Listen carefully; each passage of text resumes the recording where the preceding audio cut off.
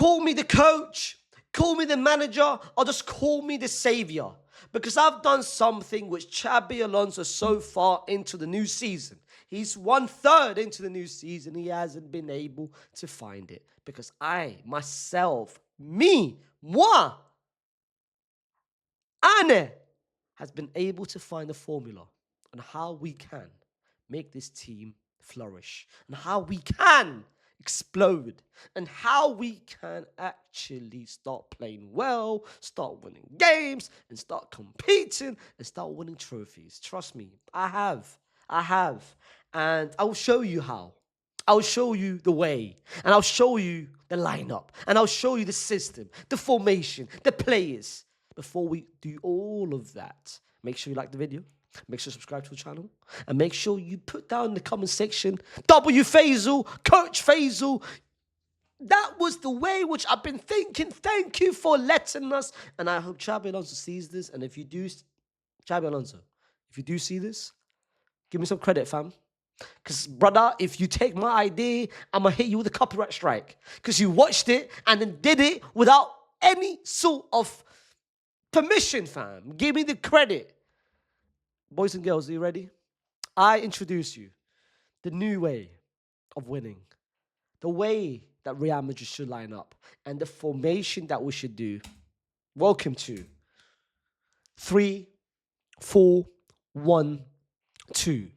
Or also known as not 3-4-1-2, also known as the success, also known as the way, also known as the perfect formation and the perfect shape and the perfect system on how we can get this team to winning ways and how we can expect this team to compete and win trophies, whether that's La Liga, Champions League, Copa del Rey, the World Cup, the Super Cup, X Factor. This team right here, which I'm about to introduce you, one by one, lineup by lineup, player by player, trust me.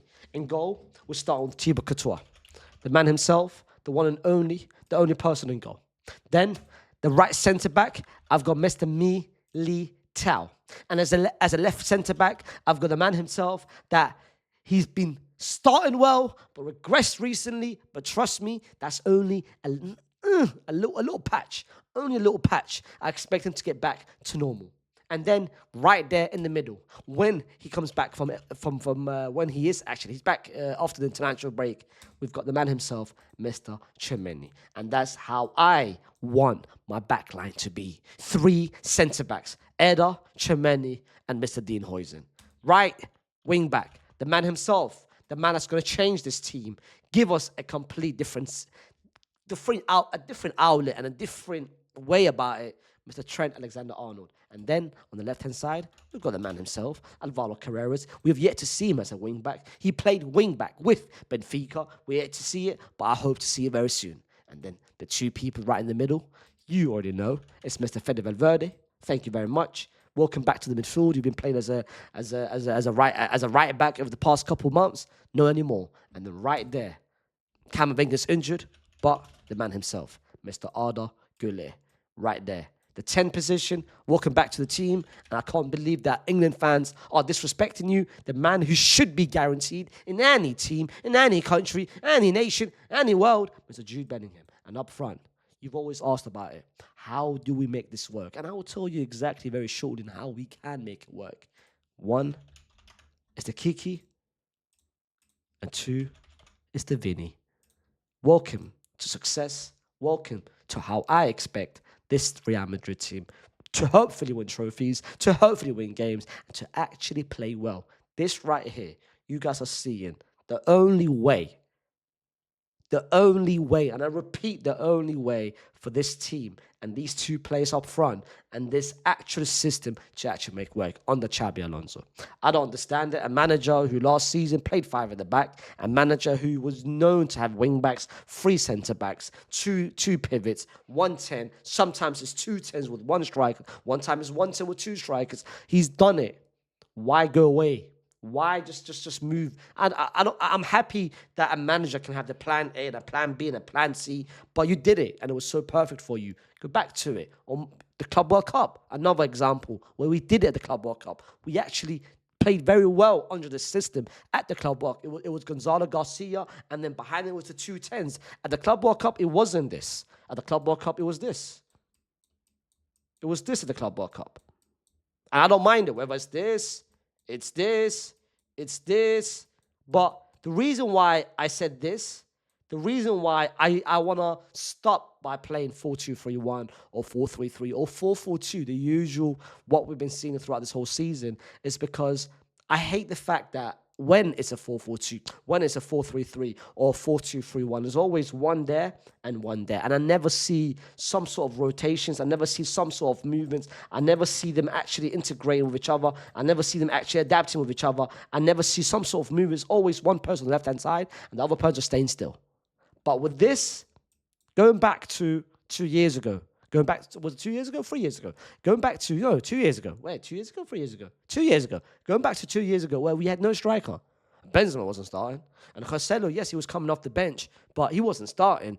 The two players up front was Rodrigo and was Vini Jr. You might ask yourself, they're not strikers. The same way Mbappe's not a striker, Vini's not a striker. But this is my whole point. When you have two players that can play up front, who are very unselfish, who are very, very, very selfless with each other, can make the runs, can make the movement, can actually play with each other, that's what creates good harmony and good chemistry up front.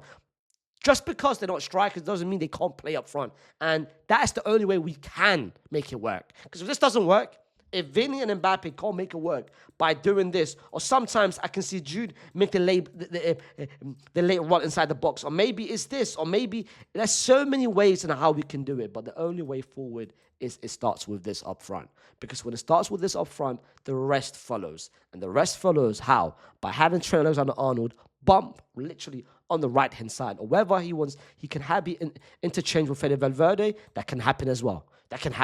If you don't need Trent to be on the wing, or if we need Trent to be in the midfield inverting, that's fine. Fede Valverde can have that right-hand side by himself, and he can cover for him defensively. Whether they can Arda Güler doesn't have to be the one staying deep, progressing. But why? Because we've got Tchouameni that can take the ball and progress with it himself, which is what he did perfectly at the Club World Cup. This system right here can unlock so many ways and can unlock the rest of the players to actually do well. Because I can see when we have the ball, this is how we can have the ball. Sometimes we can have the ball with numbers up front. Because recently we're seeing it where Vini is just isolated by himself, 4 players around him with no support. But if we have the ball like this, everyone gets chances, everyone gets touches, and we have more options up front, which allows us to actually play well, which allows us to actually unlock so many pieces, because then everyone can run into different pockets, which at the moment, no one is running into. We're not running into the right places and the right pockets because everyone is just isolated on their own position. Whereas Vini, I can see him recently just on the left-hand side, just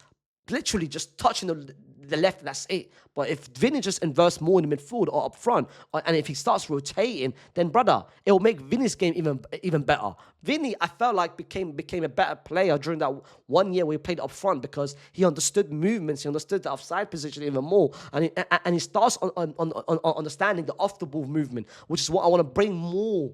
Again, I want to bring that back into his game. Where at the moment, I'm not seeing off the ball moving. I'm not seeing anyone else have got that selfless thing about them where they can make a run which will free up someone else. Because, bro, imagine this right here. Imagine Jude makes a run. That will free up space for Mbappe. If Mbappe makes a run, it will free up space because he will drag the defender with him, and Jude Bellingham will have a nice little area to attack into. This right here will unlock everything, even in possession. We'll sometimes need Jude to be dropped deeper. That's fine. We at least have options up front, and Fede can make that run, or even have Trent there. Bro, this right here can unlock so many pieces. This right here can unlock a new formula, and I can see this formula working out to perfection. And I can see players coming off the bench and actually performing well in this formula. Whether we can bring in a Gonzalo Garcia off the bench, which is what he did at the Club World Cup. Whether we have Endrick, whether we have Rodrigo up front. I'm telling you, right, even if we have to rest maybe Alvaro Carrera, Frank Garcia played very well at the Club World Cup, and we haven't seen him throughout the whole season. Camavinga can slot into this position with ease, with absolute ease, where we can have Arda Güler as a 10 position and have Jude a bit deeper. This right here is the perfect way, because one, defensively we get better, and secondly, going forward, we actually have some sort of passages, some sort of combinations, some sort of triangles we can actually play up front. Because at the moment, we are so isolated, and I feel like every player is playing for themselves. every player is not looking up and trying to find the man. And Xabi Alonso, I saw the clip against Rayo Vallecano where he's asking Vinny to pass the ball, pass. Who is he passing the ball to when Vinny is driving? When Vinny is driving and no one is up front with him. But at least with this, there is so many players, so many options that we can have. So many options that we can have. And I'm telling you right now, I sat down about it. I sat down, I was dreaming, I was trying to fantasize it. And I was trying to find ways in how we can actually play better and the right formation and the right system. This was the main one. This right here was the system which I felt like can unlock so many things about this team. And I'm telling you right now, if we don't go back to this, if we don't play this, then the only other way we can do it is if Xabi Alonso is insisting in playing the four at the back, then it's this. This right here. Whether it's this, or whether it's this. Because I'm telling you right now, having Vinny on the left, it's not going to work out. And then having Mbappe up front, because both these two will run into the same spaces. But having them both up front will allow them to understand each other even more, and will allow them to start moving for each other even more. Whether it's him there, sometimes him moving there, sometimes him going there. This is my point. Because if this doesn't work out, if after all a manager change, Carlo did it, Carlo was here, tried it with both of them, it didn't work out. Xabi Alonso came in, and both of them are very different. Carlo is more of a man manager, less tactical, but more trying to have a great chemistry and a great vibe within the squad. It didn't work out. So vibes wasn't working out. And now we've got Xabi Alonso, who's a lot more of a tactician, much more stats-based, sitting down, breaking numbers and films and videos, but still, it's not working out. So if he can't do it and he can't do it, then these two, a conversation has to be made. A conversation has to be made, and a conversation needs to be made that these two, one of them has to get sacrificed. One of them has to get sacrificed because listen, there's never going to be a world where Mbappe's going to play left or Vini on the right, or Mbappe left or right. So the whole 4-3-3 or the 4-2-3-1, whatever you want to call it, would not work out with this team unless one person sacrifices and plays on the right. No one is willing to do that. Vinny ain't going to do it, and Mbappe is not going to do it. So what's the point of now hoping and praying that the 4-3-3 and staying with it and maintaining and insisting on it when it's not going to work out? I know it's not going to work out. Why do I constantly see it? 4-3-3, 4-3-3, it's not going to work out, Ak. It's not going to work out. Like you're trialing it and trialing it and trialing it. Come the end of the season, we're not going to win any sort of Champions League because of this. Like, brother, see the tapes. Watch the tapes from last season. Watch the tapes so far this season. This will not work out. The 4-3-3 or the 4-2-3-1 is not going to work out unless you change it. These two not going to play on the left. So at least play them together up front. And then from there, they will by themselves, selflessly. If they don't, then my brother, one of them, this summer, call it a day. Because this club, I'm not here to be a Vinny fan, a Mbappe fan, or a Jude fan. I'm not player stan. So if this doesn't work out with both of them, I don't care who goes. I'm a Real Madrid fan first. So if they can't work out together themselves, playing like this, up front together, I don't want Vinny going on TikTok and reposting, oh, I miss Mbappe. I don't want Mbappe to go to the France and start thinking, I don't care about both of you guys. I care about this team. So if both of you can't work together, then my brother, I don't mind either sacrificing one of you or both of you. I don't give a single F. You understand? So these two has to play like this. Or the way I want it, not a diamond formation. That diamond formation is my second option. It's either plan A or plan B. Plan B is this. Plan A, I want this, bro. Plan A, I want this, man. This is what I want. This right here is what I want. Just in possession, I can already see the combinations. I can already see the combination. Him sometimes inverting midfield, and then having Arda just staying there, and then having there. I can see it already, bro. I can see it already. It will be so good, man. The amount of options, the amount of chance creation we can create for them, it will be so good. And as I said, this is the only way for both of these two to work out. Because if it doesn't work out, then, hey, this summer, Either Vinny or even Mbappe, call it a day. Because at least if that happens, at least not only do we get rid of this, we get rid of the stupid player stance that I'm seeing for the past 12 months, which is so annoying on social media. It's so annoying. Like big 2025, we're seeing player stance actually dying for them, like dying for their opinion to matter, fam. I hate it. So that's why if this doesn't work out, then I'm happy to sacrifice both or one of them, and they call it a day with the player stance nonsense as well, and we can actually get back to the team because it's either this or not. It's either this or never, fam.